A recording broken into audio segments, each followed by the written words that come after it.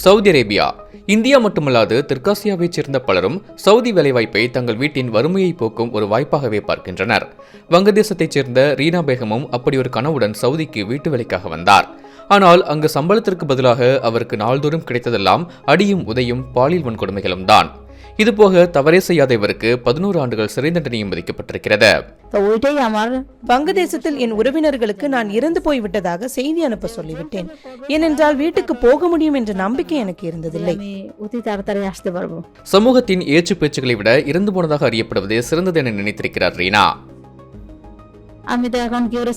பணம் அனுப்ப முடியாது, என்னால் பயனும் இல்லை. கஷ்டமாக இருந்தாலும் என் குடும்பத்தினரிடம் நான் இறந்துவிட்டேன் என்று சொல்லிவிட்டேன். கடந்த ஆண்டு இடைத்தரகர்களின் மூலம் வீட்டு வேலைக்கு சென்றிருக்கிறார் ரீனா. வேலைக்கு எடுத்துக்கொண்ட குடும்பத்தினரால் மோசமாக தாக்கப்பட்டதாக புகார் அளித்த ரீனாவுக்கு நீதிக்கு பதிலாக சிறை தண்டனை தான் கிடைத்திருக்கிறது. 11 மாத சிறை தண்டனைக்கு பின் பாஸ்போர்ட் இல்லாமல் சொந்த நாட்டுக்கு அனுப்பி வைக்கப்பட்டிருக்கிறார் ரீனா.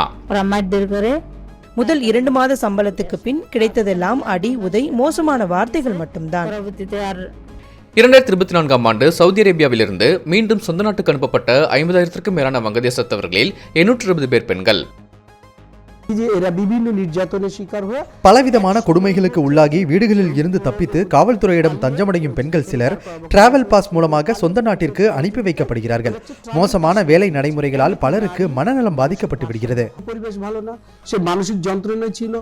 2024ஆம் ஆண்டு சொந்த நாட்டுக்கு அனுப்பி வைக்கப்பட்ட 626 வங்கதேசத்தவர்களின் சடலங்களில் 86 பெண் உடல்களும் அடக்கம். ஆனால் தூதரகம் எதையும் கண்டுகொள்ளாது என்கிறார் ரீனா. வங்கதேச அரசு எடுத்த நடவடிக்கைகள் என்ன?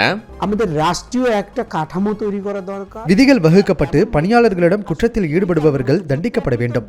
இல்லை என்றால் இதற்கு தீர்வே கிடையாது. இந்த விவகாரத்தை பற்றி கருத்து கேட்க தொடர்பு கொண்ட போது சவுதி அரேபிய வெளிநாட்டினர் நல அமைச்சக தூதரக அதிகாரி பதிலளிக்கவில்லை.